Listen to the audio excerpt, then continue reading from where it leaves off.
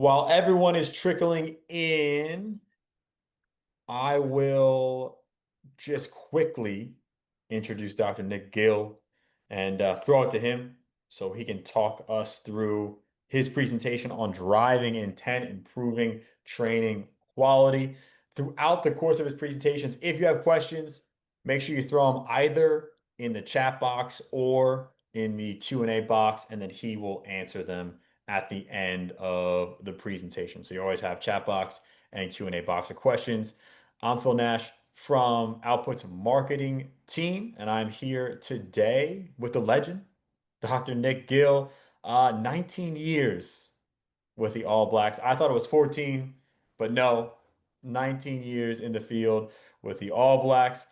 He has his own strength and conditioning company as well, Rugby Ready, and some coach education with the Nic Gill Academy. And I mean, a legend in the field for a reason, someone who's done a great job over the years of blending science and practice at the highest level of sport. And from what I've gathered, a bit of a freak athlete himself in the triathlete realm, and still getting after it, which is incredible. So, without further ado, Nic, I will hide myself and pass it all over to you. Awesome. Thanks, Phil. Thanks for the kind words. I always find introductions a little bit strange because I'm just a humble old Kiwi doing what I do down here, and look, awesome to see lots of people online from New Zealand, Australia, but also from all other parts of the world. So good morning, everyone. Hope you're all well. Hope you've all had a great sleep or are looking forward to a good one. I suppose just a little bit about myself that Phil didn't want to go near because he's didn't want to cock it up. But um, I've been with the All Blacks for a wee while, and I'm also an associate professor at Waikato University here in New Zealand. The reason I've just introduced myself as having those sort of two hats on is because, as Phil said, I sort of blend science with practice every day. I wear two hats, but essentially I'm a coach and a teacher, and that's what I love, and that's what I've done for a long, long time. So I was asked to just have a little chat around how to optimize training, and it made me think a little bit actually. Think back to my past and I suppose lessons I've learned along the way, and so I sort of wanted to just touch on this first, which is time. Time is what we have the least of.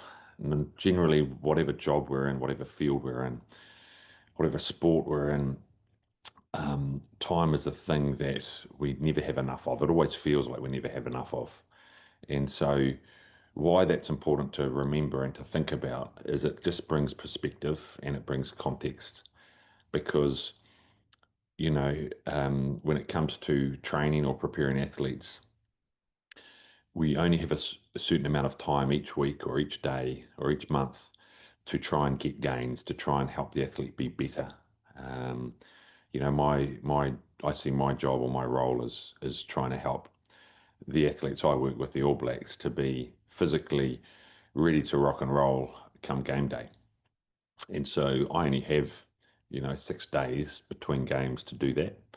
And so time is important. How we use that time, what we do in that time is vital. So we can tick lots of boxes and we can do lots and lots of things. And when we consider time and context, it should help us prioritize and understand what's most important to spend the most energy or time on.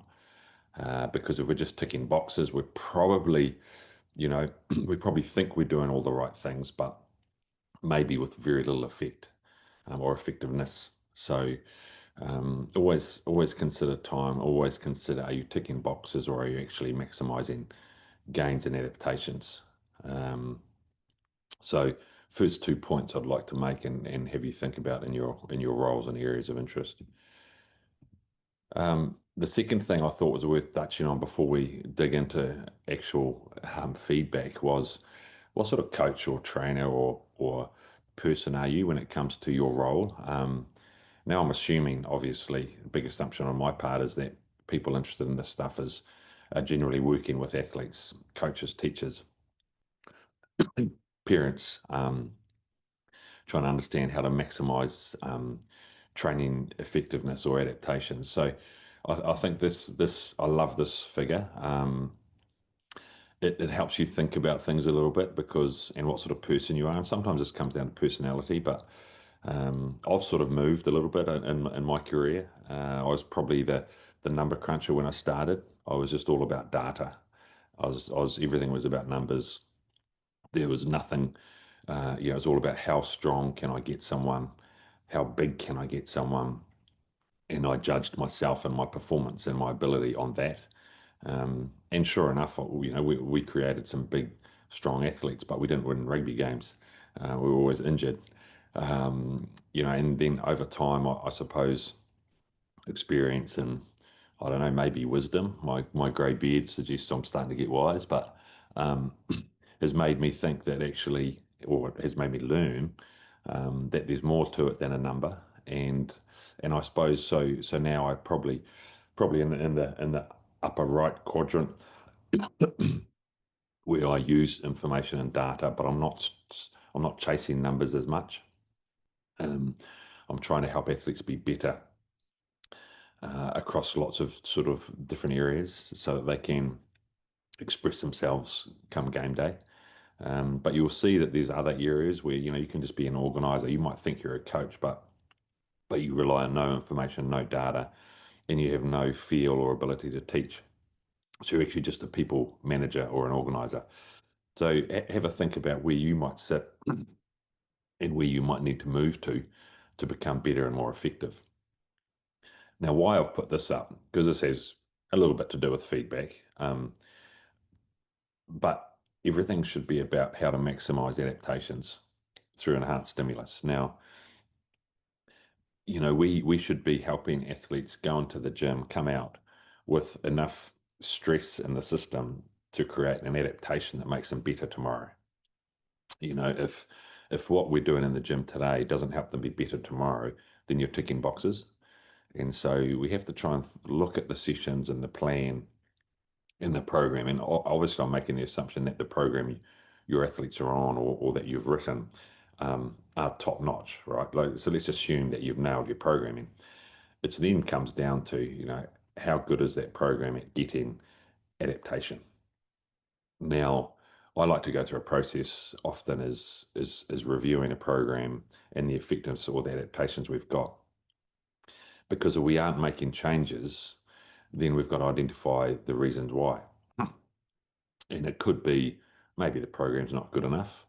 Um, Maybe the environment isn't pushing the athlete. Maybe the coaching is poor or ineffective. Maybe the athlete's just not trying hard and it hasn't bought into the program and hasn't actually put in a maximal effort. So you've got to sort of be critical of the situation to understand whether what you're doing is making a difference or not. So that's really, really important process because we can assume the program's good, we can assume the environment's right, we can assume the athlete's working hard. Um, but if we make too many assumptions, you know what that leads to. Um, so for me, this is probably the most important part. So we talk about feedback, and for me, that's comes in all sorts of shapes and sizes. Um, feedback is really the I suppose the process of the person or the athlete receiving information. Okay, receiving information to help them do what it is they're doing better, and that all comes down to coaching. So you can still be an organizer where all you're doing is moving, not relying on any information and not actually providing any teaching. Um, but within I suppose the athlete's needs is how can they be better? How can you make them be better? So that's where you need to move your style to a different quadrant. In my experience, I don't think I've ever met an athlete that doesn't want to learn or be better, but often they're not in an environment that allows them to achieve that. So the first thing I wanted to talk about was this. Um, motivation, encouragement, or psyching up. Now, um, this seems to not exist in lots of environments, or there's too much of it in some environments, and it's sort of fake or not as effective. So, there's an element of the athlete's mental prep before a big lift. There's there's the motivation of the athlete or athletes in the group trying to achieve improvements. So how do we motivate? How do we sort of light a fire in the belly of an athlete to be motivated? And then what's sort of the encouragement that's going on around the place, around the athlete, around the team, um, and all these things, they sound simple, but you can have all the numbers in the world, and if we haven't got a motivated athlete, or we haven't got an athlete that's mentally trying to improve and lift heavy or fast, and there isn't sufficient encouragement, you're going to be missing out. And there's actually research that suggests or supports this. And I don't normally lean back on my own research, but I'm going to in this stage. This is way back. This is 20 years ago. I was involved in a study in New Zealand where we just looked at psyching up um, and trained athletes to do a bench press exercise. We had a group being distracted, we had a group that was just left to their own devices, and we had a group or an intervention where we were trying to ensure the athlete was mentally psyching up to lift as heavy as possible. Surprise, surprise, surprise. The athletes that actually focused on lifting as hard and as well as they could, there's a 12% increase in force. If you're distracted and not thinking about the task and actually just lifting, um, you were way off. You were way off. Okay. And if you were just in no man's land, again, miles away from what you potentially could do. And so linking the brain to the muscle or to the movement is massively important. And too often you see athletes or coaches not actually in the zone to achieve a good lift or a good movement. And we're missing out because obviously if we are training at a lower level every single session, then our adaptation and growth and our performance is going to be compromised over a long period of time. So a really simple study 20 years ago, when most good sports science was conducted, um, and just shows the importance of psyching up and preparation mentally and the environment, I suppose. Now, I've mentioned feedback. Um, so let's assume that the environment, the mental prep, the focus, the motivation, the encouragement um, in the environment around your athlete or athletes is bang on. Then the second thing that's really, really important in my mind is feedback. And that comes in all shapes and sizes. And I'm going to be a little bit controversial here. Um, well, maybe not too controversial, but mirrors. Now, if you go into the beautiful world of AI, or if you go into Google and you you you ask whether using mirrors for lifting weights is good, there'll be all sorts of people pop out of the woodwork and say that it's really bad, or that it's really good, or I think the key thing here is that if the mirror is located in the right place and the person is not changing where they're looking for the movement they're doing, then visual feedback of movement is really cool. It can help people learn and feel to a point where when their movement is mastered, they don't no longer need a mirror. A classic would be, someone squatting and having a mirror to their side and trying to squat and look to the side at what they're looking like in the mirror. That's a no-no. But if we're able to squat in front of a mirror when we're trying to learn where our knees should be going, our position of our feet, what our chest's looking like, until we master the movement, it's awesome to have some visual feedback to see what it looks like, then feel what it looks, what it should be. And then once you've mastered the movement, then obviously you just go and turn on. It's about feel versus how you look. But I think mirrors can be really good visual feedback to help people with form and technique until they master the movement.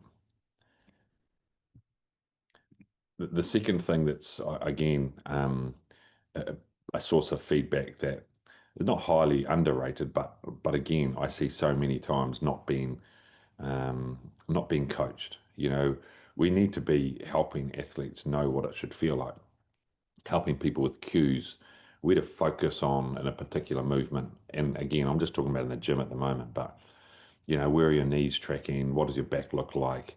Where's the chest? How's the head position? So this is what it should be. This is how you should be moving. Um, when you move like that, how does it feel? When you move like this, how does it feel?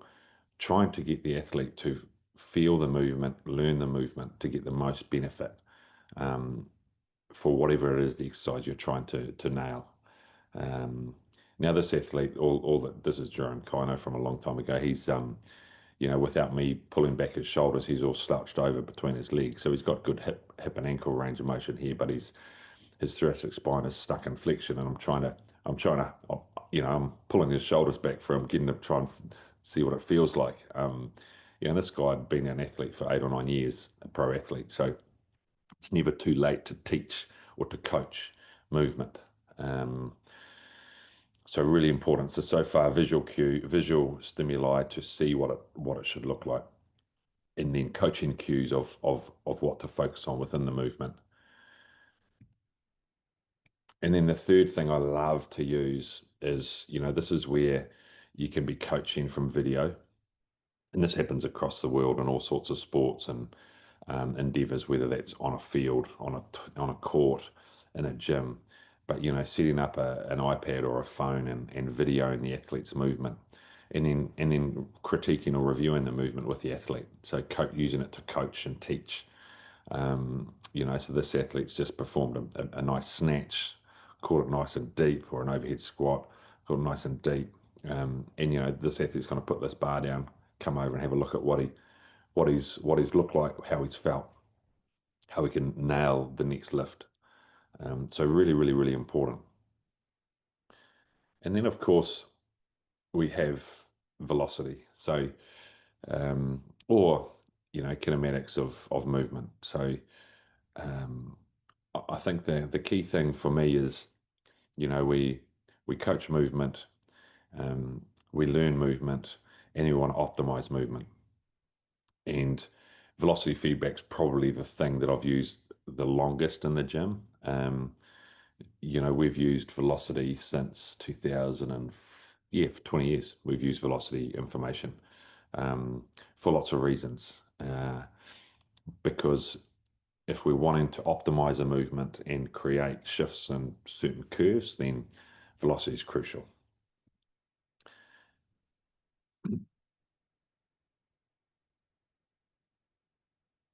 Now, again, I said I don't normally do this, but I've done it again, haven't I? It's a paper that was involved in not so long ago, 14 years ago, where we were looking at velocity feedback in rugby players, and essentially, the crux of it shows that if athletes received velocity feedback to improve the intent within their movements, we got better gains in power and running speed than without velocity feedback. So again, long, long, long time ago, velocity has been used for a long, long time to help athletes be more powerful or quicker. And this was done in a rugby team during a season, and it showed that if we provided velocity feedback, we got faster athletes. Okay, and so the sign, and this is just one of hundreds of studies now that support the same idea. Now, what it comes down to is, if you understand the force velocity curve, the velocities we achieve at different loads, or different percentages of maximum, exhibit a relationship like this. Now, there's not many athletes that wouldn't want to shift parts of that curve for their performance. So, you are you're a strength athlete. You need to create maximal force. Time is of no relevance. Speed is not so important. But if you still shift this curve, you're going to be stronger at zero velocity. Likewise, you're a speed athlete. You need to be creating force as fast as possible. Um, by shifting parts of this curve, it will help you be quicker at zero load. So I think the key thing for use of velocity feedback is understand what velocity you're wanting to hit and why, um, and then how do you increase load at that velocity, or how do you move a certain load at a faster velocity. It is as simple as it is. Trying to shift parts of the curve or trying to provide velocity feedback to show the quality of the movement. Now, over time, there's been phrases around P max or power max. What load can you create the most power? That's just you know mass and acceleration. So the same sort of thing. We are trying to improve power when we talk about moving a load at different velocities. And essentially, the end of the day, what we're trying to do is we're trying to either, at the same load, trying to either improve peak velocity or get to peak velocity quicker. And so, again, another curve we want to move or shift in most athletes. Um, we know the importance of force production in time, or force and velocity. And so, without being able to measure and being able to give athletes feedback on velocity, we're sort of in the dark. And so, there's lots of solutions around how to get velocity in front of athletes. Output's what we currently use a lot at the moment, which is just basically an accelerometer on a bar, and it creates amazing feedback.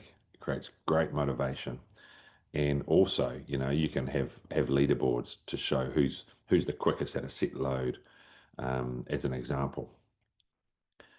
At the end of the day, when we come back to this curve here, understanding what loads you're wanting to move at what speed or why. And, I'll give you a practical example for me. You know, if we travel around the world, for example, and we've got a 12-hour time shift and we've been on a plane for 24 hours, we go to the gym the next day. And sometimes you feel really, really good because you're now in the gym and it's actually 6 o'clock at night where you've come from, so your um, body temperature is high, your testosterone has been pretty good through the day. It's built up over the day. And so everything's ticking, it's suggesting you're in a great place to lift. So you feel great. So you lift really hard. Um, Now that catches up with you when all of a sudden you're not sleeping for 4 days because of jet lag. So, I sort of lean on auto regulation, which is where, rather than asking the athlete to just lift at a lower level, I'll just say, well, just want you lifting at sort of zero point 0.5 meters a second. Okay, so we'll give the athletes a target that they're to lift to, which all that does is it controls the load they can put on their back. And so we'll use often a velocity prescription to ensure that the load we're putting on our back isn't too heavy for that particular point in the program. Um, so we use velocity to actually pull people back sometimes, as opposed to try and make them move faster. Um, so that's an example of using velocity feedback in a way to pull back for the big picture versus trying to encourage competition and enhance motivation.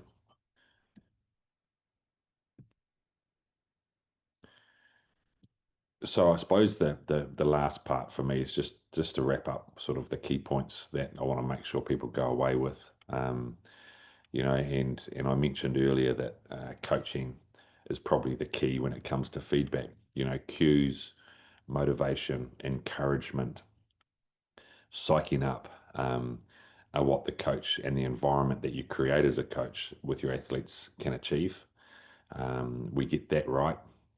That's part of the puzzle.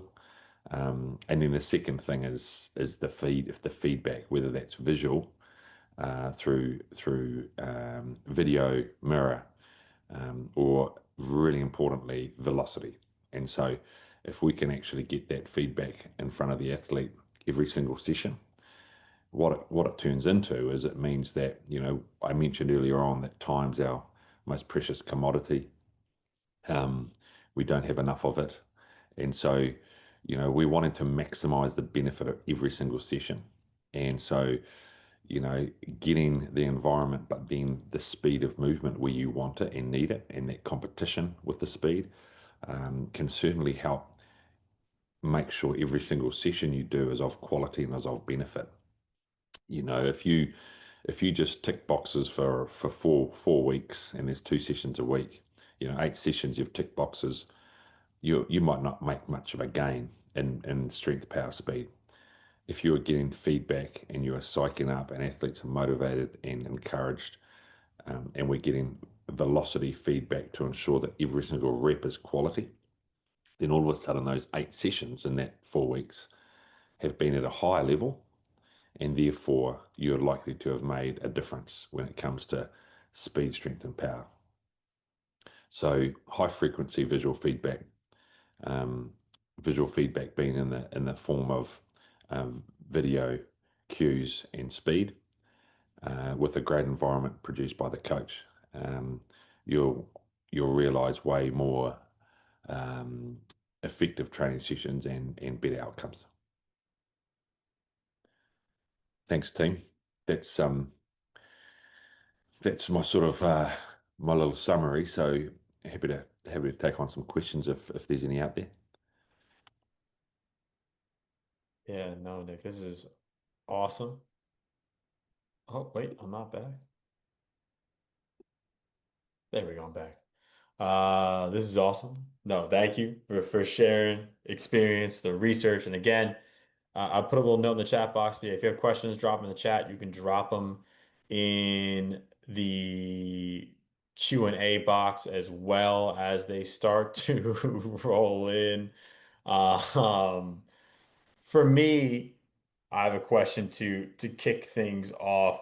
One thing personally that I've been obsessed with recently is movement and motor learning, and basically how we as coaches teach people or teach our athletes to move better. And I'm curious from, your experience using VBT or tracking bar speeds for over 20 years, have you found that this high frequency visual feedback in the form of seeing bar speeds beyond driving intent, does it also, change your athlete's technique for the better as well? Yeah, I think I think athletes will experiment with their technique to try and optimize the output, right? So, athletes will when there's competition involved and there's a number that they're trying to hit or beat, you can get technique flaws, in that they'll try harder and disregard form. But in saying that, they may also experiment with technique to find how to create more speed. And so I think it's a bit of both, Phil. I think there's a bit of they'll feel what it's like to move fast, and they'll experiment with movement to try and figure out how they can achieve more speed and then end up in the right place. Yeah. um, that's best for them. So that could be like in a bench press type movement, for example. It could be all of a sudden, the elbow, if they keep the elbows tucked in close to the side, they feel like they can move faster. Hey, that's fantastic. That's what they should be doing anyway. Locking up the core and locking in the feet. All of a sudden they can move the bar quicker. Great. The feedback of bar speed is teaching them where they can get more speed by controlling, I suppose, their form to realize what it is sort of expressing itself on the bar, which is where it's all got to be finished. So yeah, it definitely helps them experiment with form. Yeah. No, I love it. I love it. And I've definitely seen both sides. We have a question from someone in the chat. What are some recommendations you would give to shift the force velocity curve if resources are limited and technology isn't available? Beautiful. It's pretty easy. Like obviously you might not have access to tech, and that's common. It doesn't mean you can't move the curve. If you think about the curve being, zero velocity and maximal forces, that's an isometric contraction. Um, you wanted to shift the curve, then you just need to understand what part of the curve you want to shift most. So if it's, the middle of the curve, um, then you're probably going to be moving a weight at about 50% of your max, but as fast as possible. So the intent to move 50% load fast will help you, I suppose, move that middle part of the curve. And a good example would be jumping, um, where you just change the load of a jump to change speed. So, for example, assisted jumping, resisted jumping, as in with load, and then normal body weight jumping. You're sort of you're jumping with three different loads, less than body weight, at body weight, and then more than body weight. And all of a sudden, you're shifting your jump curve. So I think that's all it's about. I think it's if you don't have the tech, just alter the load that you wanted to move, but with the intent to move it as fast as possible. Yeah. No, love that. Love that. A couple questions here. Again, still on this kind of programming wave, but anonymous person asking, is it possible to work on strength speed and skip the absolute strength phase? So for an athlete looking to improve sprinting performance or speed on the pitch, i.e., if an athlete just works on their strength speed instead of absolute strength, will this athlete make better improvements according to the principle of specificity? Beautiful question. That's a great question. I think the answer is they could, no problem, in my mind, but it does depend on the training age and the strength level that the athlete possesses. So you wouldn't want to be hitting strength speed if the athlete is untrained and weak. Um, but I think that if there is sufficient strength there to I suppose um, allow the person or the athlete um, to train in that space safely, then brilliant. You definitely need to identify which part of the curve you want to move most. However, the specificity principle would suggest that you can move the curve by training different parts of it. And so for me, it would be a matter of targeting different parts of the curve at different points in time. So some slower absolute strength focus and some accelerative strength focus, some speed strength focus. Moving the stimulus around the curve to shift as much of the curve as possible would probably be how I'd approach it. But 100%, the part of the curve you focus on will be the part of the curve you move most. Mm. No, 100%. Love it. Love it. Shifting gears a little bit. We have a question from Killian. It says, "Hi Nick, thanks for the talk. Can you talk a little bit about how you bridge the gap between research and coaching and making it relatable to players?" Yeah, it's a good one. Um, I think our job as coaches should be to be able to simplify data or research, um, to be able to teach the players what it is the research is showing or saying. I don't think we need to throw research at players or at athletes. Some athletes are hungry for it and love to see it, but generally that's our role. Our role should be to decipher the research and simplify it to become better coaches. Um, and that's probably the key thing is we should be teaching the players what we know or learn from research, and how we teach is the key. How we coach and teach is are we just telling them, or are we collaborating with the athlete? Are we just telling them, or are we actually showing them and teaching them what the research is showing us in a way they can connect with? So for example, you're trying to explain to an athlete you want to shift their force velocity curve. Well, most athletes might not really know what you're talking about. But if we relate it back to their performance, okay, we wanting you to get quicker off the line. Your ability to accelerate in your first 5 meters is where our focus is, because if you can do that, you'll be able to make more dominant tackles.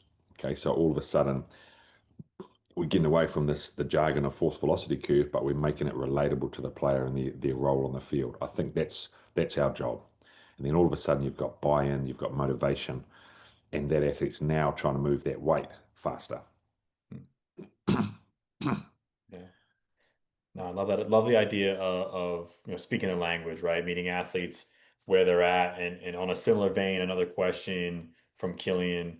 How much coaching goes into getting your players to understand the relevance of not just the training, but now the relevance of different KPIs, or the relevance of different goals that you and the staff have set for them? Yeah, I think I sort of answered that before, but yeah, it's really about linking it to their performance. All athletes, generally speaking, all they're interested in is how they can be better, so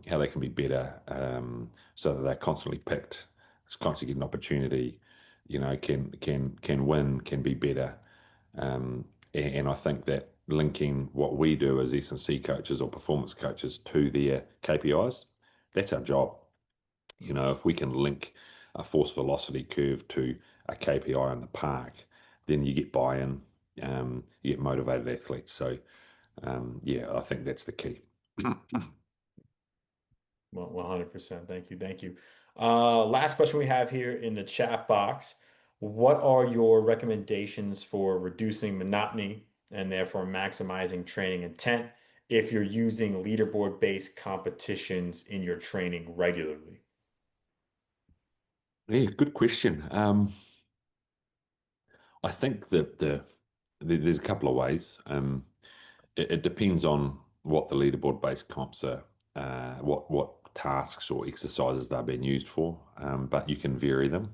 That would probably be the key thing. If you think that monotony is a problem, I've always had a bit of a giggle about monotony, um, because you know I remember a long time ago players wanting me to change their program every single week because otherwise it was boring. And I'm talking 20 years ago, and I just used to laugh, like, because if they're bored with the fact that they're squatting every week, then they obviously don't understand the importance of squatting. And so that was on me. So I had to actually try to reframe and I suppose teach the athletes the importance of squatting and how we're going to be doing it every week because this is how important it is.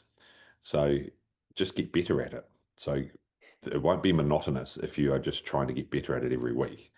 And so I think that if there's monotony going on, then have a think about the why. But you do see it, if the leaderboard is the same leaderboard for the same exercise day upon day, week upon week, then maybe there is an opportunity to cycle in different leaderboards, different exercises, so that some of the focus is varied, but at the end of the day, the movements are the same. We're just maybe looking at different loads, different velocities, maybe a different movement. Mm, So I think just have a think about whether they're connected to the importance of moving something quick, or whether we're giving them enough opportunity to make changes in moving something quick. Like having the leaderboard come out after a focused period on a specific movement, rather than just the same old, same old. yeah. Yeah. I love it. And it sounds like, you know, what I'm gathering from your coaching philosophy is that a lot of it comes from leading with educating your athletes and getting them to understand, what you're doing, why you're doing it, and then that being the thing that leads to buy-in for the overall program. 100%. 100%. Yeah, yeah. Like the number of athletes you'll see if they're not brought into a program, they're probably not doing half of your program, and the half they are doing, they're probably doing poorly. So getting them connected to the program and that it's helping with their key performance indicators, their KPIs or their performance in the field or on the court. If you get that link right, then that they won't just be ticking boxes anymore. So that's the key. If you see athletes ticking boxes, then is it their fault or is it the coach's fault for not not connecting them to their performance. Yeah. Yeah. No, great question. Great kind of moment to stop and reflect, when you're dealing with an athlete or dealing with a situation like that. And we have a last second question thrown in from Tyler.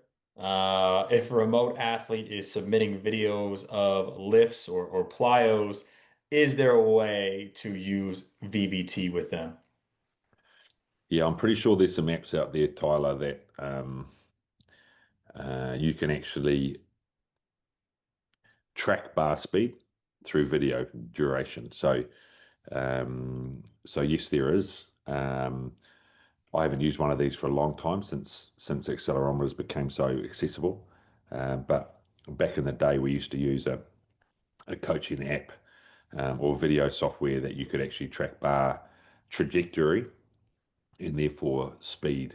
Um, Great coaching tool because you're looking at the movement quality in terms of where the bar's tracking as well as velocity. And so you're killing two birds with one stone, whereas just velocity-based training by itself, you're not necessarily coaching perfect movement. You're just looking at outcome.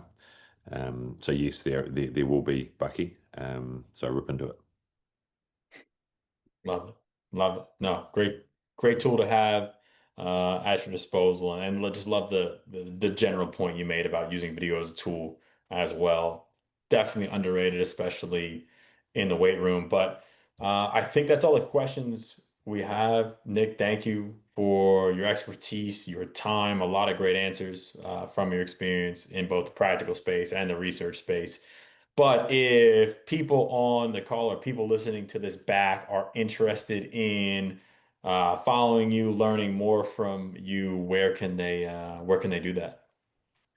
Yeah, probably just jump on Insta.